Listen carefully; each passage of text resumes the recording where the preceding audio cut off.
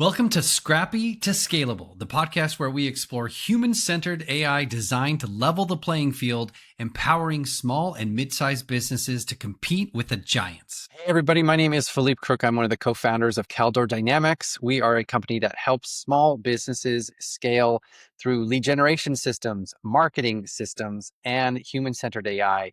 And today's guest, I'm super excited to chat with. His name is Jeffrey Strauss. He is the director of IT and workplace operations at Docker, the number one developer tool in the world used by millions of engineers to build, test, and deploy software every single day. And he's one of those rare leaders that is actually fluent in both technology and human leadership. He's worked at some of the most iconic names in tech: Netflix, Twitter, Snapchat, and Tinder, where he helped scale global systems that powered massive growth and innovation. And on top of that, he's also currently earning his doctorate at USC in organizational change and leadership, exploring how people and organizations adapt to technology, reshaping the way we work. Jeff, I am super excited to talk with you. Thank you so much for coming on the podcast. Thanks, Felipe. It's my pleasure. I appreciate it. Can you tell me a little bit about your journey to get to Docker? You've worked at some incredible companies in the past. I want to get a little bit of sense of how you got here. Thanks for asking. So I started off, I've always had an interest in technology from when I was a kid. Sometimes I tell my parents nowadays, all those times where you were yelling at me to get off my computer when I was a child, like, aren't you thankful that this is how it ended up? But I've always had an interest in technology. I've been very fortunate in my life also to have had technology growing up. You know, a lot of our younger audience who may be watching this is very familiar with that, but people of my generation and my, a little bit older than me as well, grew up in homes without technology. They didn't have smartphones when they were growing up. There were no iPads. I had my very first computer device was a typewriter. In summer school, I took typing class on a typewriter. And so, but I've always had this interest in technology. And over time, how I sort of started my professional journey is tinkering, the same sort of story you hear of people of my generation, maybe even nowadays, the younger generation. I was always tinkering. I had a computer, I built a computer, I broke a computer. I didn't know how it worked, so I wanted to fix it. And that sort of transitioned into my interest in tech. I got my first job professionally when I was 17. I was in high school still. I got a job at this website development and online marketing company that's no longer around. And that was my first professional entrance into the corporate space. And then after that, it was sort of I'll sort of take a tangential story, but it was kind of weird. I got a little burned out. I was very young. I was 17. I worked at that place until I was about 19. So at that age, I got burned out. And I took a little break, and I ended up working at this restaurant where I was like a cashier at a restaurant, right? I was working in the back of the house, and I was like running credit cards when people were finished with their meals. There was a man that got lost on his way to the bathroom, and he and I started a conversation. I'm a very chatty person, a very personable personality. So he got lost on the way to the bathroom. He asked me where it was, and we started talking about something. I wanted to find another job after that restaurant. I was only there for about 6 months, and I thought, okay, I'm going to go back into tech. So I applied for this job at this hotel, at the Beverly Hills Hotel. And it turns out that my final interview, the general manager of the hotel, was that guy. No way. So, yeah. And so it was only it was like maybe a month or two later. And I go into his office, and I'm like, oh my God, I know you. He was very distinguished physically because he was a bodybuilder. So he was huge, like a professional bodybuilder. And so when I saw the physique is unmistakable, right? So I walk in there, and I recognized the guy anyway. And I was like, oh my God, the physique, it's unmistakable. It's the same guy. So we had this conversation. I ended up getting that job. And that was the next, I sort of continued on my career. From there, I went to a high school where I taught computer science, and I was a systems administrator at this high school. And then I'm going to make the rest of this story very short because this is the catalyst that gets me into those larger companies. We bought this product, and the product was very young, and I fixed some of the bugs in that product. We were one of their larger installations. And so over time, I was like, this little thing doesn't work. Here's how I fixed it. And I would send them the bug fix. They ended up hiring me maybe 2 years later. And that's when they started to grow as a company. And they had these huge corporate clients, one of whom was Twitter. And I became one of their most senior technical engineers, and they sent me out to a lot of these huge tech companies. So I've done consulting at places like Verizon and Nike and PayPal and Adidas and all these other places. But I went on site to Twitter to help them with something. They really liked me. They poached me away. And then that's the entrance into big tech. So that's the story. That's the long story. You never know where connections can lead you in life. It's so crazy. If you look at my LinkedIn, I have so many posts about the importance of maintaining relationships, never burning bridges. Like this world, it is all about making positive and maintaining positive, what they call high quality relationships.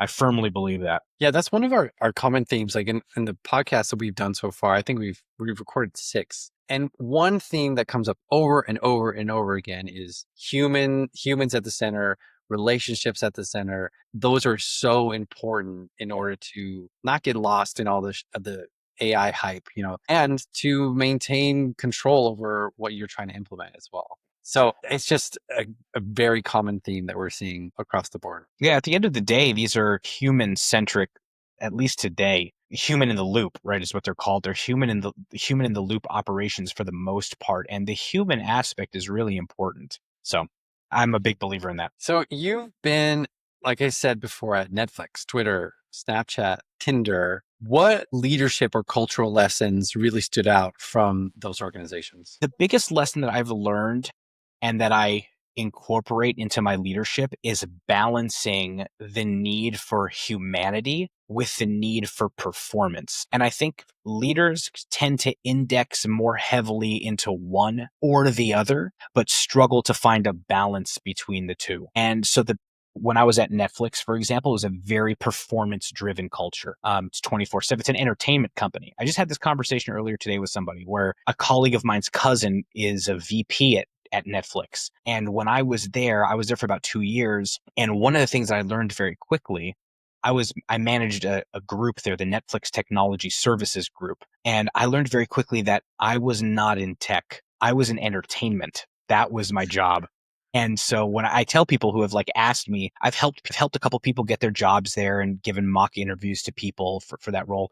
And I've told each and every one of them, one person was in finance. I said, just be aware you're joining a finance group, not at a tech company. This is an entertainment company. And so the performance aspect is very high. It's always on. It's 24/7, right? Like they're constantly churning out content, original content, licensed content. They have movie studios. It's a big operation, obviously one of the biggest studios in the world. And so the performance culture is very strong, which I actually really like. But it could lead to a lack of the human aspect, right? When you're constantly driving for performance, how do you make sure you take care of the person, the whole person? How do you make sure that there's a level of psychological safety, that people feel comfortable making mistakes and they won't be penalized? How do you create environments where it's okay to experiment when you're in a culture that's you're driving performance? And so across all those companies, I think the biggest sort of the battle one lessons that I have learned have been, how do you maintain a high performance team while preventing burnout, enabling a level of safety and authenticity for people to come to work as they are and not have to worry about who they are authentically when they come to work. And so ultimately my philosophy is take care of the person and the work will come. And so that's been the sort of balance that I've tried to draw across all of those places. So when you talk about balancing that, what are you actually recommending in order to get that balance? Because it's got to be really difficult, especially if you're a publicly traded company where they're all about the bottom line and hitting their targets. Yeah. How do you balance that with the human part of it? What are you actually doing? Yeah, that's a great question. People often don't ask that question. People hear the abstract answer and it sounds great in a soundbite, but then people are like, well, what do you do every day to do that, right? That's a great question. So here's some of it. One is ruthless prioritization, right? You have to be able to prioritize extremely effectively, because you've heard this cliche before, I'm sure. If nothing is a priority, then everything becomes the same level of priority. And that just becomes too chaotic. It's too stressful. People don't know where to focus. There's a lot of negative downstream impact to not being able to really prioritize effectively. So that's one thing. Ruthless prioritization. You have to know what you need to be doing at any given time and what's more important than something else. Now, along with that comes the back end piece, which is understanding the requirements of the business at any given time. And for that, depending on your level, you might have more insight than some others. But for me, it comes down to having very close relationship and communication with my bosses, right? So I need to know from their level, what's a priority for you? What's a priority for our org based on what you're hearing from like e-staff meetings and all the other execs? What are the business priorities? And I've actually done exercises with my boss. I've coached other people at my job on how to do these as well, where I've written down all of the things that we have going on, all of our priorities, which in and of itself is a valuable exercise. A lot of people like don't write down, like they have no list of what's going on. There's no backlog. There's no task list. They're just like, oh my God, I have to do so many things. And it's like a crazy jump. Just take a breath and start by writing it down. And then you can reorder things. But I'll go to, for example, my boss at Docker is the CFO. I'll go to the CFO and I say, look, and here's again, rubber meets the road. This is like the actual thing that I have done. That's the actual practice, right? I've gone to him with a document, like a Google Doc, and I've said, here are all of the priorities that we have. Here are our current resources. I manage a small team. So I'm like, here's like how many resources and how many people hours this particular thing will consume. Here's above the line and here's below the line. Right? Here's what we can do. And here's where we risk if we start to move other things around. Help me figure out what are the high priority things, because everything that's below the line, I'm going to go communicate with those stakeholders and tell them we're adding your stuff to the backlog. Don't worry. We will get to it. We can do it all. We just can't do it all right now. So we will get it done. We just can't get it done right now. And that's the practice. So for ruthless prioritization, there are a couple of other things that go in there: communication, relationship with the appropriate stakeholders, communication with the appropriate stakeholders, understanding your own capacity and your capacity constraints. And so all of those go into like that practice. So that's one thing. Like ruthless prioritization is how you balance not burning somebody out and maintaining focus while also communicating expectations. Right? We'll get to these things, but we can't get to them right now. But don't worry, they're still coming. We've just had, and now I also have executive support for the priorities that I do need to put above the line, right? So there's a lot that goes on in just that practice. And that's one of many different things. I imagine that it all stems from the top. So if the person at the top, your leader, your founder, is not really good at communicating the bigger vision, it's hard for that to trickle down to his staff, right? So it has to be leader driven. It should be leader driven. It's not always leader driven. And I will say, so I have two practices that I do on every team that I manage that helps when it's not, when that sort of clarity or vision is not leader driven. And one of those is, every team that I manage, we sit together as a team and we create our own mission, vision, and values, separate from the company's. But if the company has them, we align them with the company's values. But my team always has our own mission, vision, and values. The other thing that I do is I set up monthly one-on-ones with leaders from different orgs around the company. So even if I don't hear of like a vision coming down from the top, or there's a very clear business objective that we're trying to pursue right now, I still have a pretty good idea about what different business units are doing, and I can assemble my own picture and then use that to help guide the work of my team. So those two practices I find very important. Do you find that doing your own mission and vision for your team really probably makes it much more cohesive as a team, and it gives them a sense of purpose, a sense of, hey, we're a big part of this bigger organization? Yeah, it gives them a sense of ownership. There's a couple benefits to doing that, right? One is, you're absolutely right. It gives the team a sense of ownership. It gives them a sense of responsibility to the team, but also to their colleagues, right? So it gives them a sense of responsibility for the team and for the maintenance and well-being of the team and their performance on the team. So there's like a lot psychologically that goes on in that exercise. The other thing, it enables is a language with which to talk about work on the team. So for example, one of our tenets, we have 10 tenets. One of our tenets is sustainability, which is maximizing the usage of existing tools before we go find something off the shelf to fill a gap, right? We'll like rack our brains, dig deep into the documentation, talk with our vendors about what our tools are capable of. And maybe it means we have to improve our own skill sets in order to leverage functionality of the tools that we already have, which is great because I'm a huge believer in professional development. And so that's the other thing that a mission, a vision, and a values enables is that actual language that comes in when you're working. So we'll be looking at a new project, for example. This is a perfect example. I was talking about something today. We're talking about data loss prevention at work, right? And we were talking about getting a data loss prevention tool internally, where I think it might be a good idea. But I said, let's see what we have first. Let's see what our current tools can do, right? We want to work sustainably.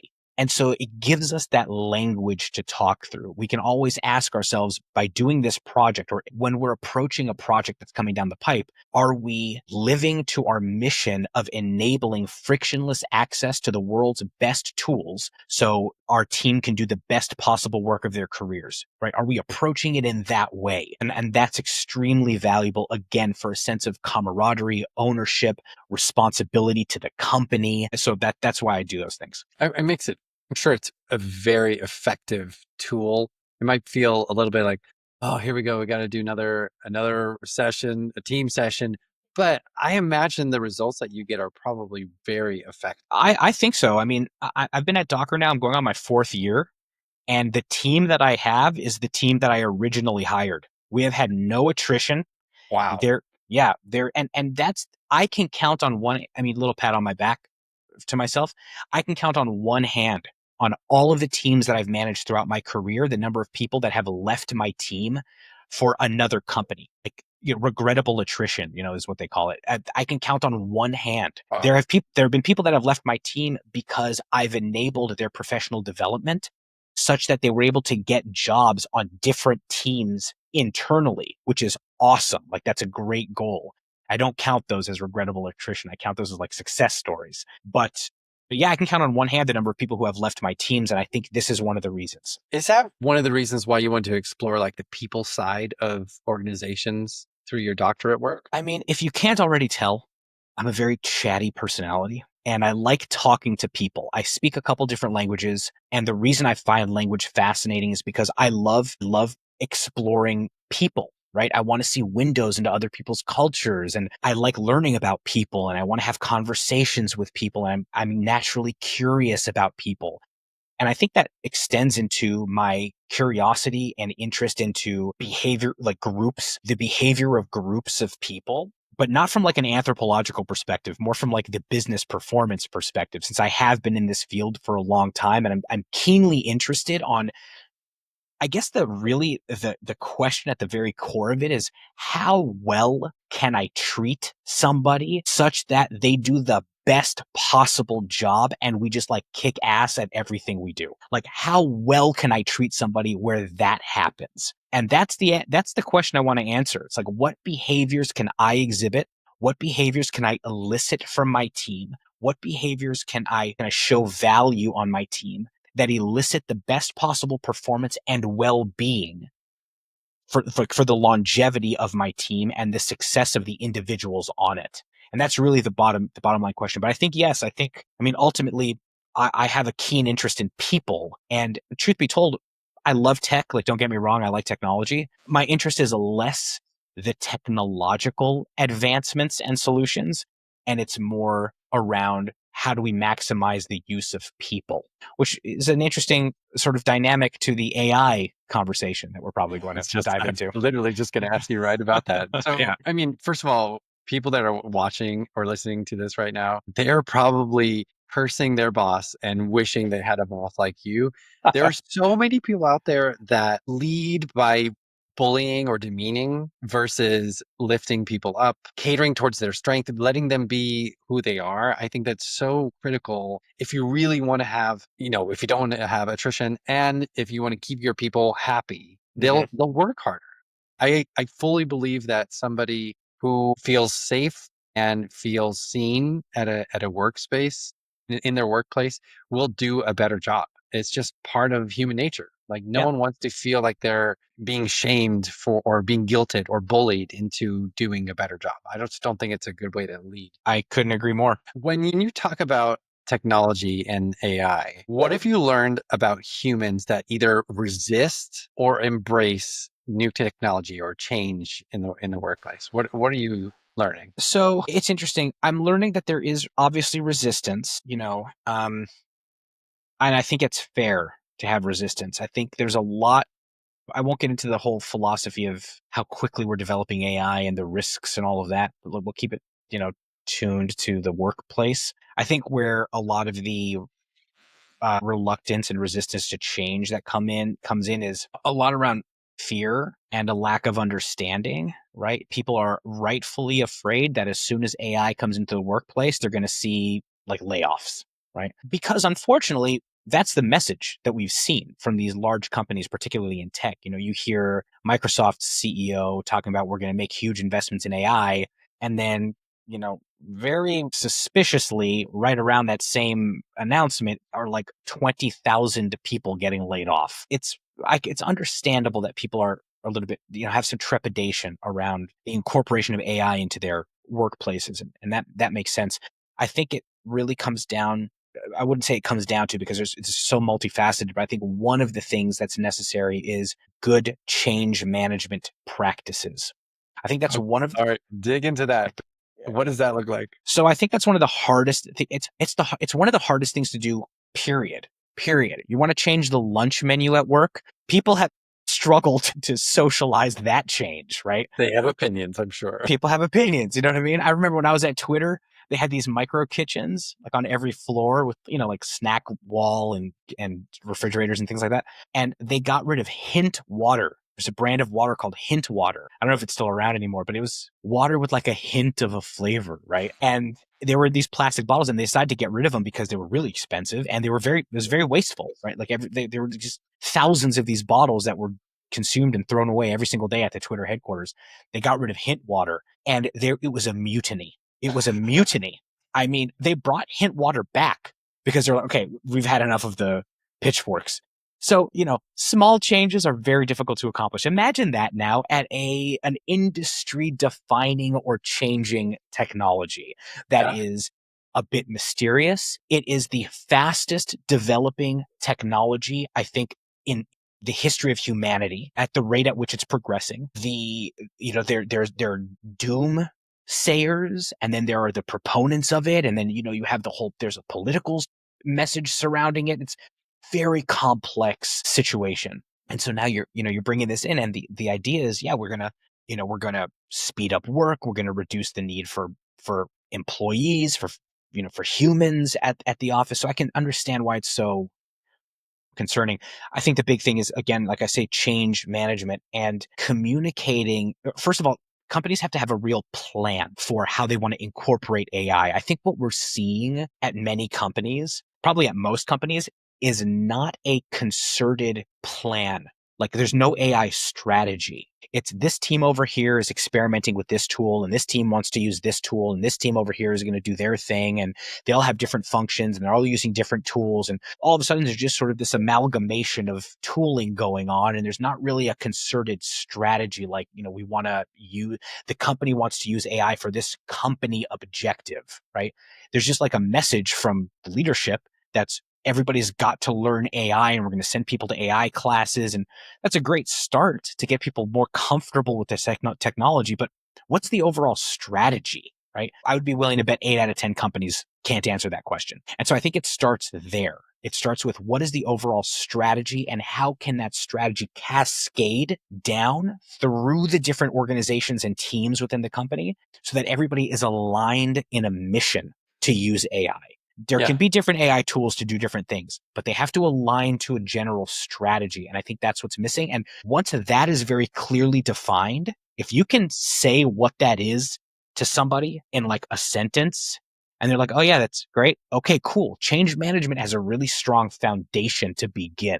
But until that time, it's going to be I think that's spot on. Like, one of the things that we're doing when we're talking to these small businesses is we're going through an assessment and be like, what is your current process? What does it look like? What's automated? What's not automated? What do you want automated? And to put a strategy in place together is so critical Mhm. because there are so many different aspects of a business that can have implemented AI into their systems. One of the big things I want to talk to you about, and you mentioned this earlier, having the human in the loop. Mhm. What does that actually look like in practice when you're implementing AI into into any software or system into a company? How do you keep the human in the loop? That's a good question. I mean, I can answer it from a technical perspective. There are a couple of different perspectives you could look at that from, but let me give you an example. Let's say you're closing the books at the end of the quarter, right? Here's how a human in the loop model could actually work. You have an AI agents, for example, reconciling accounts, updating your ledgers, correlating data from different systems, then pause. Human has to review all of those things. The AI could say, hey, here's what we've done thus far. You need to approve this before we move on to the next agentic workflow. And so that's a very simple example of a human in the loop in terms of like an approval for AI. Then there's the other aspect where a human works with AI to do stuff. And that you see examples of all the time, right? You see people, help me draft this email, help me write this document. I use it, for example, I actually posted something on LinkedIn recently. I've discovered another person using AI to write their thing because they had an M dash in it. And, everybody knows you're familiar with the AI M dash controversy, that whole Yeah, thing? but go ahead. For those people who don't know, explain it. For those people who don't know, so ChatGPT in particular became sort of notorious for writing documents because it would use very generously the end dash, which is the medium dash, the lengthened dash between phrases. And it became like if you saw an end dash in a document, AI wrote this because AI, ChatGPT writes a lot of M dashes as if a human being could no longer write an M dash. People not really thinking that, like, where is AI getting its training? It's getting its training from human written text. So it's getting that because humans have written those things, but also humans still use dashes. So in any event, I saw this post that said I found out another person using M dash, and my response was, who cares? Like, who cares if it's written by AI or not? I write stuff with AI, and I love writing, and I write like business proposals, for example, at work with heavy use of AI. And my thought is like, who cares if it meets my boss's expectations? Who cares if I spent 6.5 hours writing it, or if I spent 1.5 hours writing it with the help of AI? If he gives me an approval to hire somebody or like spend money on something, that's mission accomplished. I don't care how I got there, especially at work, like where I'm writing things that I may not be like super passionate about. Yeah, like I'll use AI. So that's another use case. So you have the human in the loop where you're approving things to reduce, like, for error reduction, and then you have another aspect where people are working with AI in different capacities where AI is doing work for them. They're using them as an assistant, for example, or to proofread, or document, or like a research assistant. It's how I use AI, as like a research assistant in my schooling. So there's different ways of how a human is involved in those. It's got to be so different being in school with AI now. Like I think about that now, going back to college days, and like how much I would have benefited from having AI. Sometimes it's just a great place to launch from. Like Yeah, I don't know where to start. Let me ask. 100%. I think I was a former high school teacher. I eventually would like to get back into the university classroom, where I'm teaching at the university level. I'm a huge I'm a proponent of lifelong learning. You heard me a moment ago talk about professional development and ongoing learning. I mean, it is a huge part of my personal value system. So I don't use AI to like write for me, for example. I love writing on my own. And I love the challenge and the difficulty of writing on my own. So I just happen to enjoy that. But where I do use AI, and where I think research and discoveries can be accelerated dramatically beyond anything we've ever seen in human history, is from AI. So just like you said, I use it like I have an agentic workflow that I use as a research assistant, and where it would have taken me 10, 15 hours, maybe more, maybe a week's worth of work to find 20 academic articles from multiple sources, read through all of those, get my abstracts, my own written words from all of those. I can have summaries generated for me and filter things in and out very easily, very quickly. And it just accelerates the process so much. And so while I do fear, and I have a niece whom I love who doesn't want to read a book. So she's asking ChatGPT for the Cliffs Notes. People don't even know what Cliffs Notes are nowadays, but she's reading she's asking ChatGPT for the summary of the book. I think that's where there's a problem, right? But use it as a tutor. Great. Use it to accelerate research, close a skill gap. Like on my team, if we don't know a particular programming language, we'll write code in a programming language we do know, and then we'll ask ChatGPT or Claude to port it to another language. And then we'll test it and make sure it works. And we use that to close a skill gap there. For those purposes, I think it's amazing. We also use it as a strategic thought partner. So we'll plug in our entire strategy, our target marketing strategy, our approach to sales, and we'll say, tell me what you think about this. Yeah. Give me everything that's wrong. What am I missing? And it has really, really shifted the way that we move forward in our business, because it let us know yeah, this is a good thing. However, you were missing a big blind spot. And we were able to shore up those blind spots way faster because we just didn't think about it. So I think using it as a strategic partner is also a fantastic tool. I will give two caveats to that situation because I totally agree with you. One is using it in that way. One of the risks, and this is one of the risks in using it in business, is that it's decontextualized. It may look at your business plan and tell you some gaps that it sees. It doesn't know your business. And so from that perspective, here's where the second problem is. The second problem is it can't provide you deeply insightful responses. That's a gap with AI anyway. AI can't provide insight. It's not capable of producing insight. So those are my caveats. Whenever I talk to people about incorporating AI, the financial example is a good one, right? Like if you're using AI for financial analysis inside your company, great. It can provide you analysis until I was going to say until it's blue in the face, but it'll never get blue in the face. It'll provide analysis for the rest of your life, nonstop, 24/7, 365. It cannot provide you business. It cannot provide you those responses within the context of your business because it doesn't know your business. There are ways to train it on your business, of course, but using it in the way that you're suggesting and the way that I use it as well, that's a gap. And so I always want to remind people of that. That's a very, very good point. It's all about the context. If you don't have the context provided or given it the full picture, they'll just make shit up. You have no idea.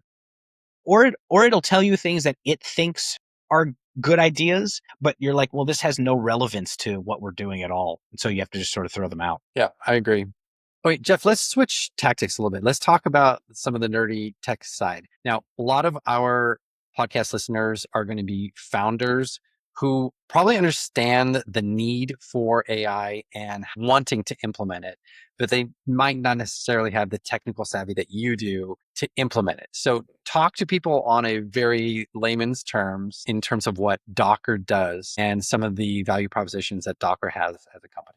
Sure. So I will say this, as founders, if you don't have teams of software engineers, then what you're about to hear may not be perfectly relevant to you. But if you're software founders and your company is growing, then at some point, it would probably behoove you to take a look at what Docker is for your teams. So I'll tell you a little bit about it. So Docker is a containerization technology. And at a very high level, what that means is it enables engineers to solve it works on my machine problem. Right? When you're creating a piece of software, you have specific dependencies that software requires. So perhaps it's using a database at a particular version, or it's using another tool with a particular configuration, for example. And so you're testing locally on your machine and it works great. This app works amazing, or this tool or whatever, this backend service works great. Then you ask somebody else to test it. You send it over to them. Well, they have a different configuration and all of a sudden everything breaks. Right. And so the point of Docker is to help solve that problem by creating what are called, this is an easy description of this, creating what are called containers within which all of the environment that you're developing in is standardized. So you can create your specific environment within these containers, and then you could share these containers with other developers. And so they don't need to configure the rest of their system in any particular way. They just need to run your containers, and your containers are encapsulated exactly the way that you configured them, and your software runs exactly the same. And so what Docker helps software teams do is really improve their development processes by making the software development lifecycle scalable, composable, meaning you could spin different things up. Like I can have a container with a database. I can have a container with a front end service. I can have a container with, different code running here, and I can make small changes to each of those little containers. I can turn little knobs and pull little levers, and I can do each of those things independently of the others. So I don't have to have like these massive configuration changes and like potentially screw everything up, as I can make these little small changes, composability. So I can do that and a lot of other things it enables, right? And then that helps software teams develop much more rapidly and in stable environments. So, if you're a single software engineer, great, use Docker because it helps you standardize and modularize your software engineering. It's great. Like it'll help, right? But you see the benefits at scale. And so that's what Docker does. And so right now, I'll tell you a little bit about internally what we're working on at Docker, and then maybe I'll share for a brief moment about some of the functions of the tool for anybody who's interested. But internally, we obviously have an AI initiative, right? We're an engineering company. We make software for engineers. And what's the latest and greatest? We have large customers who I can't name, who are in the AI space. People use their products all the time. And so we obviously have a big push internally to leverage AI. So we do have an AI strategy internally on improving efficiency. And, we have metrics that have been developed for every team. We use OKRs where I work, which are objectives and key results. For those who are unfamiliar, it's a goal setting methodology essentially. And one of the goals we had a couple quarters ago was moving forward, we need to have metrics around the use of AI. How are we going to use AI to enhance our processes, which started forcing teams to really think strategically about how they were going to use AI. And so we have these initiatives internally where our different teams are using them in different ways. And we obviously have company-wide like enterprise licenses for a lot of our tools that people use them. And we have internal hackathons where we just finished one in my organization. We had an AI hackathon. Everybody come up with their best AI-based idea, and then the winner wins like $250 and this and that. And some of them were really, actually, ironically and disappointingly, my team didn't even place. And we're the most technical team in our organization, and we didn't even place. So that's so fascinating. And it really, really speaks to the point of how AI is democratizing everything. yeah, Anybody can do anything with the help of an AI. That is really fascinating. Yeah. And you're absolutely right. So some really non-technical teams came up with some mind-blowing applications of these agentic AI workflows. And I was really impressed. I thought our stuff was cool, but no, not really. Do you think that happened because they are not bound by the rules of AI or rules of software developing, and they're like, well, can I do this? And then they just think about it and then do it. Maybe that's part of it. Like you said, the AI has democratized. I wouldn't say it's democratized software engineering. This is a pet peeve of mine when people are like, software engineers are not going to be around in 2 years because agentic workflows are, so amazing. I don't need a software engineer anymore. I'm not a believer in that line of thinking, but to a degree, like by speaking a desire in natural language and then having an AI like create an entire workflow that satisfies what it is you're trying to do, and then it has the capability to give you ideas that you may not have thought of to improve that workflow. That's a pretty mind-blowing experience. And so some of our finance colleagues, I report to the CFO, like I mentioned, so I'm in the finance org. So it's sort of a weird place for the information technology and workplace ops teams, because like all of our stuff is really technical and back end stuff, and like that. But the reason why we didn't place, I think, let me give my team a little bit of grace here. We report to the CFO. Is the CFO going to care about work that we're doing to compile all of our Jira tickets and then do analysis on those tickets and blah, blah, blah? No. He's going to care about the workflow that helps you close the books from 20 days to 5 days. That's what he's going to care about. So, Okay.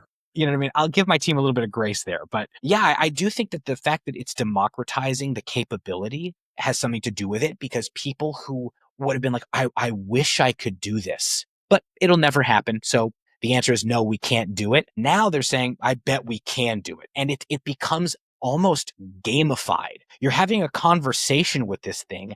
You're not doing very much work per se. It's doing the heavy lifting. You're testing, you're tweaking, right? You're making little adjustments here and there, and that becomes sort of fun to do. And that's why I think you're seeing this really incredible adoption. So going back to the conversation where we're like, are people afraid, or do people want to adopt it? I think there are reasons why people are afraid, but there are also a lot of reasons why people are really keen to adopt it. And I think if you're able to have an organization where you have a level of psychological safety, and how I communicate this to my team is, look, you want a 4-day work week? Let's offload some of our work to AI. I'm not interested in getting rid of somebody on the team, but like, let's take an extra day off. Like, let's give this work to the friggin' thing that's never going to sleep. So that's how I want to approach it. And from that perspective, that's when you get real creativity, because you start to reduce the fear that people are going to like lose their jobs from it. I went and saw Tron last night. Heard it wasn't good. It was fine. It was visually interesting, but Okay. I was there a little bit early, and there was a commercial for Claude. Okay. That was the first time that I had seen an AI commercial. It was like probably 2-minute commercial, and it was so inspiring. I was like, yes, AI. It was incredible to watch, because it said exactly what you were talking about. I don't know how to do this, but I bet you can figure it out. And that was the whole premise. It's like, we have never been in a time where people don't know how to technically do it, but they have a vision and they have an idea, and then they give it into an LLM or a ChatGPT or Claude, and it does all of the heavy lifting for you, and then you can start working on it. Like, it was super inspiring, a commercial, and it made me feel very hopeful about AI. So just like you said earlier, there's the fears and then there's the optimistic. Which one are you going to choose to feel? Let's talk about Docker's security protocols, because I know that as AI continues to develop and grow, there's going to be a lot of regulations that are going to be put into place for AI.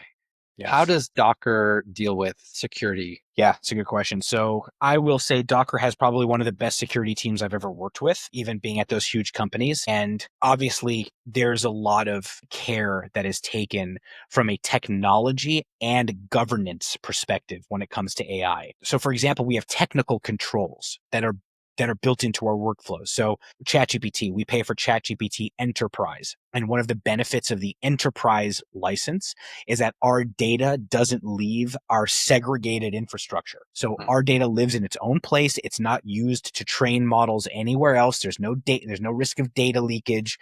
And we have a lot of administrative controls we can employ over our instance. So, like, we can specify that you're not allowed, you can connect ChatGPT to your calendars, or you can't. You can connect it to our internal knowledge base, or you can't. So there's a lot of controls around that. So from a technological perspective, we focus very closely on the tech. There's a concept in IT called shadow IT, which is a concept where people are procuring tools that have not gone through official procurement processes, right? So like, somebody's going out there and buying something on their own credit card because they like want to use this like transcription tool because they really like it, but it's not going through the company. And I can't imagine a case where this wouldn't be the case, but I'll say 9 times out of 10, if you're buying like the single user license, or even worse, if you're using a free tool, the phrase, I'm sure you've heard this before, if you're using a free tool, you are the product. And so they're monetizing you.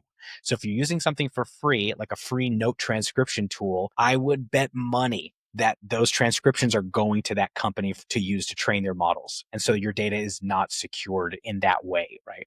So there's a lot of controls internally at Docker. We have very robust procurement processes. We have a great team. We use other discovery mechanisms within the environment from a technological perspective. Now, I will say one of my favorite phrases that I like is that you can't have a high-tech solution for every low-tech problem. And behavior is a low-tech problem. And so you can't sometimes rely on a technology fallback for somebody who's going to go out and buy their own tool because they feel like they're entitled to do so, or they just want to do it. And so the other area of control is in governance. And so we have very explicit, lengthy, like acceptable use policies and legal documents that everybody in the company signs and agrees to. And because we're security attested, we have SOC attestations. We have all these security certifications, basically, in order to sell our products to financial institutions, government agencies, things like that. We have to maintain a lot of these controls. Everybody's required to take training every year on a number of our policies, including our data protection and data labeling policies. That's the other aspect of it. But that's how we approach it. We approach it from a combination of technical and governance angles. So for founders and small companies that are looking to adopt AI, what should they be aware of in terms of both security and functionality? Here's what I think. If you're a founder and you're not going to spend the money, understandably, on like an enterprise license, or you don't have a security team, I would just caution that like if you're sharing data or you're using AI or agentic workflows, for example, like you're using, here's an interesting one, is Crew AI, which is an agentic workflow creator that you can use for free. I think it's like 50 workflows per month you can run. Anything you put in there, any API key, any data that it's ingesting, operating on, you just have to be very cautious that if that's like IP, or if it's, company secrets, that's potentially at risk in that way. Like from a practical perspective, what potential negative outcome could happen based on that? Hard to say. Likely not that much, likely, right? But really depends on what you're building. So I would just caution, if you're using these tools, one of the things that our lawyer at work, our head of legal, like always says to us, I asked this morning, ChatGPT has a new Slack integration, which just came out a couple days ago. So you can bring ChatGPT directly into Slack, so people don't have to leave Slack, like ask questions and whatnot. And he loves to just remind people. He's a lawyer, so I can't fault him for this, but he loves to remind people, like, just be aware, anything you put in there could be used by the company. This actually made the news a couple weeks ago, maybe a couple months ago. You could find these news stories about the free versions of ChatGPT using people's chat data in some way that was made public. Yeah, you can find, I can't remember the exact details of the story, but you can find that online. It was just like in the last several weeks, and it made like national headlines. So, there's always that risk. Be very cautious. Remember that the data you're putting into these systems, you may not know how carefully it's guarded. You don't know what it's going to be used for. It could be used to trade. There have already been proofs of concept that have been shown that ChatGPT can leak details of other people's conversations that it has had, because ChatGPT has been trained on those conversations. So these are called adversarial prompts. Adversarial prompters it's part of what they do as a job, is they can trick ChatGPT into divulging secrets that it shouldn't be divulging, but it does it anyway. And so that's all I would say. I would say, are the practical implications serious? Hard to say. Likely not. Just be cautious of what you're using these tools for. This has been really amazing. And thank you so much for your time. I Yeah. want to give you an opportunity to give your opinion, your take on where you think AI is going to go, especially for small to mid-sized companies. Where do you think that AI is going to take us? I think AI is going to be a huge enabler of work that small to medium sized startups are going to be able to use to just be tremendous work accelerators in ways that I think really are limited by the creativity of the people, of their founders and their teams. That's really what I think. I mean, the examples of automations that I have seen already from these workflows where these agents are going and scraping LinkedIn profiles, feeding them into ChatGPT with samples of language that these founders are using so that ChatGPT can create personalized outreach to these individuals based on their LinkedIn profile, like posts, and then sending them emails, like referencing those posts. So it's like sounds hyper personalized and like an individual actually read it. Some of those have fooled me. Like I get some of those, and it's incredible. Where it would have taken an individual so much time to do that, you can let an automation run overnight and do that to 100,000 people. And I mean, just that kind of lead generation. Like, just think about that lead generation. You use it for business planning, marketing. I've used it myself to like review my own marketing materials for my consultancy and give me tips on my website. How can I improve my SEO? I mean, it's just great. I'm writing a blog post on this, a LinkedIn post on this, maybe today if my wife permits it, but probably later this week. I just revamped my entire research workflow. And so I have a video on my YouTube channel about I did this maybe a year ago, about what my research workflow, my AI research workflow was. And yesterday, in a couple of hours, with the help of some vibe coding and ChatGPT, I completely automated like searching through multiple journal repositories, finding high signal papers, summarizing those papers, giving me key outcomes of those papers, giving me like all the links to where I can find the full texts of those papers, doing all kinds of analysis. And all I do is I just type in what my research question is, and I just go grab a coffee and come back in 3 minutes. And it's passed it through. It's a 4-agent system. So the first agent is the researcher, where I pass my query into the researcher, and the researcher will go out to all of these different journals and find high signal papers. Then it passes that on to the analyzer agent, and the analyzer will use ChatGPT to read through all of those and do a summary of all of those things. Then it goes to another one, and then it goes to the final one, which is the reporter agent. And the reporter will spit everything out in a nicely formatted document for me to review. So it's like this agentic system, and it just does everything that I used to do manually. And it, where it would have taken me 30 hours to do something, it takes me, 3 minutes. And I think that's the type of thing we'll see, only gated by somebody's creativity. I love that you said that. It is all about the creativity of the person using the tool. And if you're not creative, you still have to think, you still have to have a vision. If you don't, then you're going to get crap results. Yeah. The outputs are really based on the inputs. Like dirty inputs lead to dirty outputs in general, I will say, because AI can really help you clean up those inputs too. So if you have like a really bad input, or it's not creative, or it's light on the details, you can just prompt AI. So one of my favorite prompt is ask me for more details. And it'll just ask you for more, ask you for more, and ask you for more, ask you for more. It really takes, in a scary way, it takes a lot of the cognitive labor out of things, which is a little bit frightening, to be honest with you. But, it's definitely helpful. Like, I don't have a mind for business. I'll be the first to admit, I have a consultancy, and I've done some business with my consultancy, but I'm not like the most entrepreneurial minded person. I'm much more of like an academic than I am an entrepreneur. My family is full of entrepreneurs. I did not get that gene. I got the tall gene, but I didn't get the entrepreneurial gene. And so I have used ChatGPT to help me really refine my business plan, my marketing materials, to the point where like I have I'm doing upcoming trainings with large companies, but it is really by virtue of the fact that I have had help from this tool. And I was originally going to ask my mom for help. Like, Mom, can you review my marketing? She has been an entrepreneur for her whole life. She's renowned. She's had a reality show made about her. So she's like really good at she's good at what she does. I was like, no, I'm not going to ask my mom. Like, I don't want to ask her. I'm a grown man. So let me ask ChatGPT instead. And I mean, it's been great. See, what you do is say, act like my mom. Yeah. What would she say?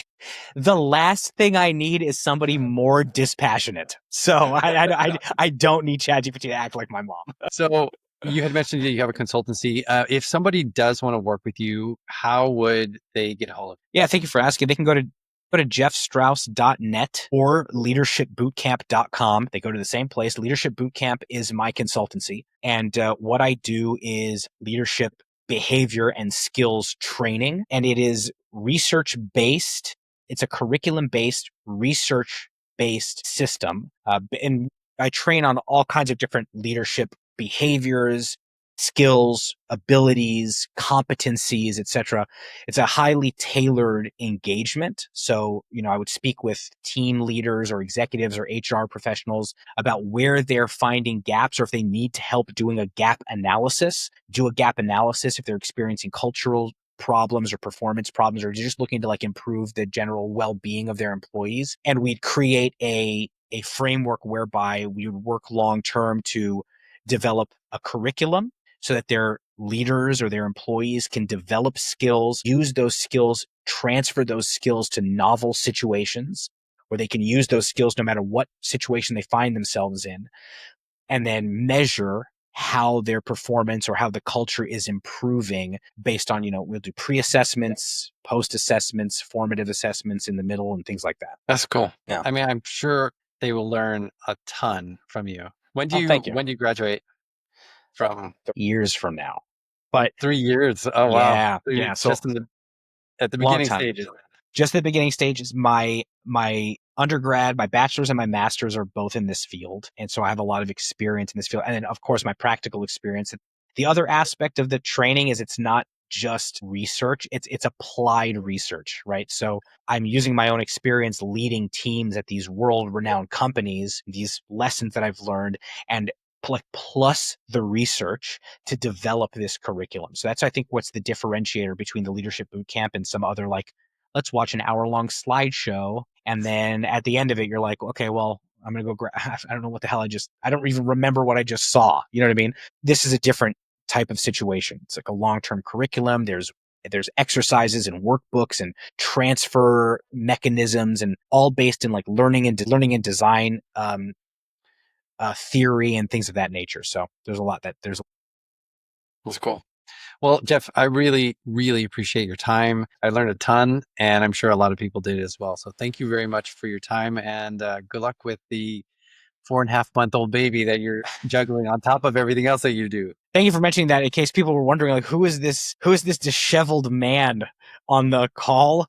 I was telling Felipe before we started, my physical appearance is a reflection of my personal life right now, where I'm in this program at school. I have a 4-month-old baby. I'm working full time. We're moving soon. Hence this background, we're moving. I don't want you guys to see my wall. So I appreciate you mentioning that, because I always look for an opportunity to explain myself. No, you're great. I mean, you are a genuine person. You really care about people, and it's nice to. It was really interesting to talk to you. I think that you're a really interesting person, especially in a technology space, because you don't meet a lot of people with your skill set from the technical side who actually have people skills as well. So I really appreciate it. Well, thank you. I really appreciate the time, and it was a real pleasure talking to you as well. I look forward to more chats. Thank you. Sounds good. Have a great day.